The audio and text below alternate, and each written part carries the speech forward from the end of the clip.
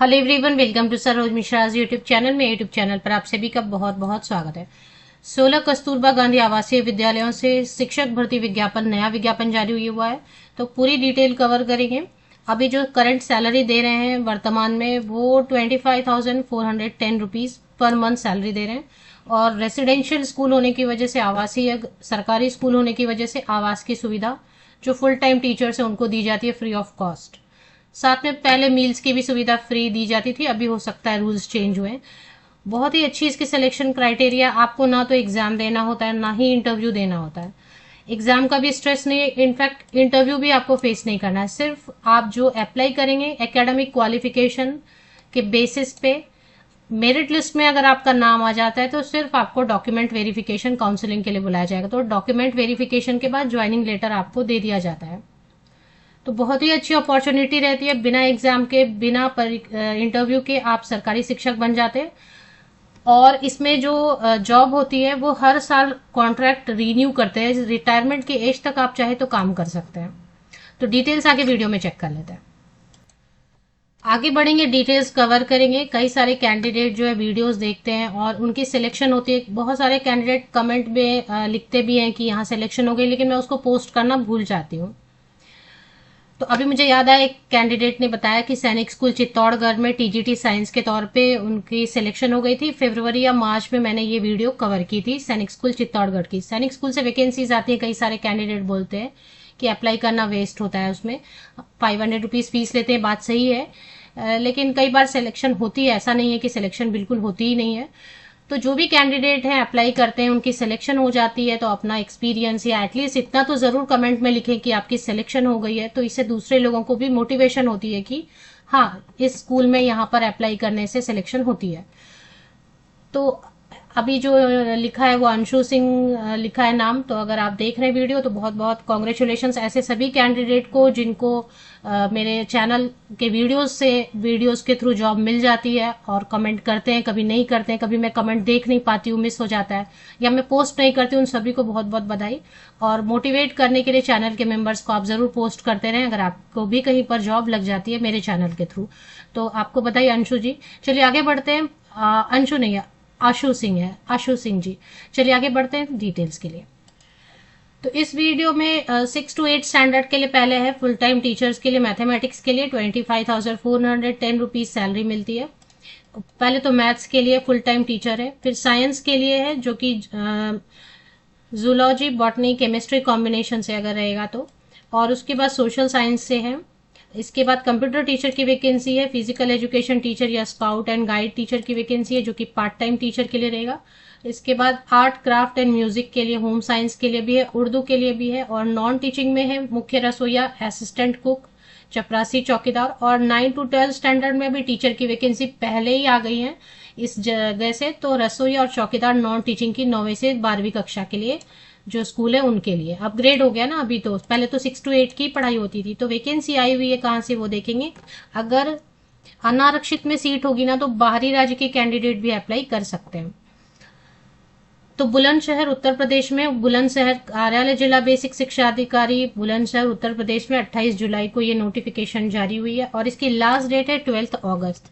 Last date इसलिए क्योंकि देखिए, अगर लास्ट डेट के बाद आप भेज रहे हैं या 1-2 दिन पहले भेज रहे हैं तो मिलना जरा मुश्किल होता है टाइम पे एप्लीकेशन फॉर्म। तो ये 12 अगस्त 2025 तक आप भेजेंगे। फॉर्म दिया रहता है, फॉर्म भरना है, आवेदन प्रपत्र दिया रहता है विज्ञापन के नीचे, उसको भरना है, फोटोकॉपीज लगाने होते हैं 10th का, 12th का, क्या क्या अटैच करना है वो मैं आपको बता देती हूँ। तो और कैसे भेजना है वीडियो में ही मैं कवर कर देती हूँ। सबसे पहले जानेंगे कि जो वैकेंसी है, आपको पहले कैटेगरी चेक करना है। अब जैसे कि मैथ्स वाली जो पोस्ट है वो अन्य पिछड़ा वर्ग के लिए रिजर्व है, तो अन्य पिछड़ा वर्ग में अदर स्टेट के कैंडिडेट तो बिल्कुल अप्लाई नहीं कर पाएंगे। उत्तर प्रदेश के अन्य पिछड़ा वर्ग के कैंडिडेट्स के लिए ये रिजर्व है। जहां अनारक्षित में सीट है वहां दूसरे राज्य के कैंडिडेट भी अप्लाई करना चाहें तो अनारक्षित में कर सकते हैं, और उत्तर प्रदेश के भी जो अनारक्षित वर्ग के कैंडिडेट हैं या अन्य वर्गों के कैंडिडेट भी हैं जैसे कि ST, SC, OBC, वो भी इसमें अप्लाई कर सकते हैं। रिजर्वेशन का बेनिफिट नहीं मिलेगा।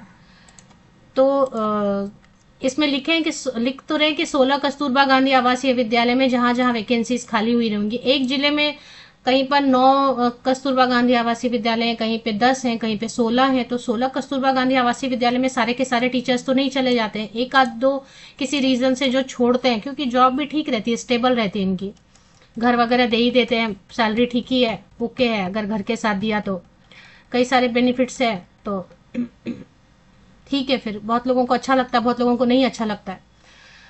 तो कुछ कैंडिडेट जो बीच बीच में छोड़ देते हैं उनकी सीट खाली होती है, हालांकि 16 स्कूल लिखा है, लेकिन उस हिसाब से वैकेंसी एक दो ही है, क्योंकि जिन्होंने छोड़ा रहेगा बीच में बस उनके लिए वैकेंसी आई हुई है।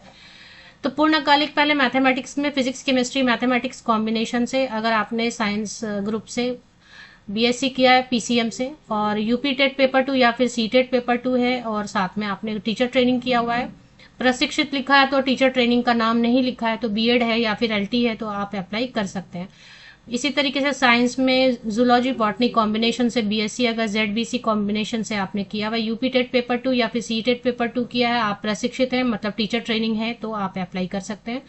सोशल साइंस के लिए geography, history and political science, Hindi में अगर आप बोलेंगे तो भूगोल, इतिहास और नागरिक शास्त्र में किसी एक विषय के साथ, किसी एक विषय, कोई एक सब्जेक्ट के साथ आपने बीए किया हुआ है और साथ में यूपी टेट पेपर 2 या फिर सी टेट पेपर 2 है, तो आप बिल्कुल अप्लाई कर सकते हैं। फुल टाइम टीचर है ये तीनों, फुल टाइम टीचर को वहीं रहना होगा, घर की सुविधा फ्री ऑफ कॉस्ट देते हैं।